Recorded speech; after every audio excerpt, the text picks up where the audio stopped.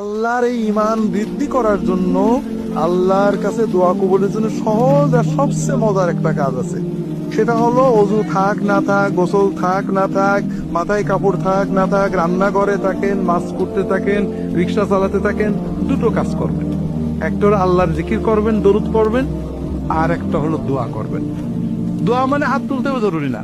যখন কোনো মুসলমান নারী অথবা পুরুষ হাত উঠাক অথবা না উঠাক, মাছ কোটে, রিক্সা ধরে আছে, অজু থাক অথবা না থাক, মাথায় কাপড় থাক অথবা না থাক, যখন আল্লাহর সাথে কথা বলে, আল্লাহ আমার এটা দাও, আল্লাহ আমার সেটা দাও, যতক্ষণ কথা বলে ততক্ষণ একটা ফরজ ইবাদত করার মতো একটা ইবাদতের সওয়াব তার আমলনামায় লেখা হবে। 2 নম্বর লাভ হলো, এই যে দোয়া করছেন, আল্লাহ কোনো দোয়া ব্যর্থ করেন না। আপনি যা চাবেন, আল্লাহ এবারে ভর্তি পরীক্ষা দিছি, আল্লাহ এবার পরীক্ষা দেবো, আল্লাহ একটা চাকরি করছে, আল্লাহ আমার ছেলেটার এই অবস্থা এটা করে দেওয়া, এটা আপনি আল্লাহর সাথে বিড়বিড় করে কথা বলছেন, মনে মনে কথা বলছেন।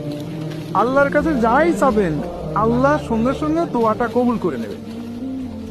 তবে আল্লাহ দেবেন 3 ভাবে, একভাবে। হয় যেটা চাইছেন ওইটা দেবেন, নইলে আপনার একটা বিপদ কাটিয়ে দেবেন, নইলে আল্লাহ আখেরাতে জান্নাতে আপনার জন্য সব জমা করে রাখবেন, লস নেই। 3 নম্বর, যতক্ষণ আল্লাহর সাথে কথা বলবেন মনটা ভালো লাগবে। কথা কি বুঝতে পেরেছেন? আর আল্লাহর জিকির করবেন সব সময়।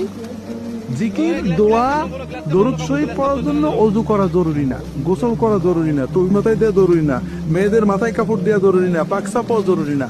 এগুলো সকল অবস্থায় করা যায়। কথা বুঝতে পেরেছেন? এতে ঈমান মজবুত হয়, আল্লাহর দিকে মন যায়, দোয়া কবুল হওয়ার মতো পরিবেশ তৈরি হয়। কথা বুঝতে পেরেছেন? কাজেই প্রত্যেকেই নিজের মতো দোয়া করবেন, সবসময় দোয়া করবেন। আল্লাহর কাছে চাইতে কৃপণতা করবেন না, আল্লাহ চাইলে দেন।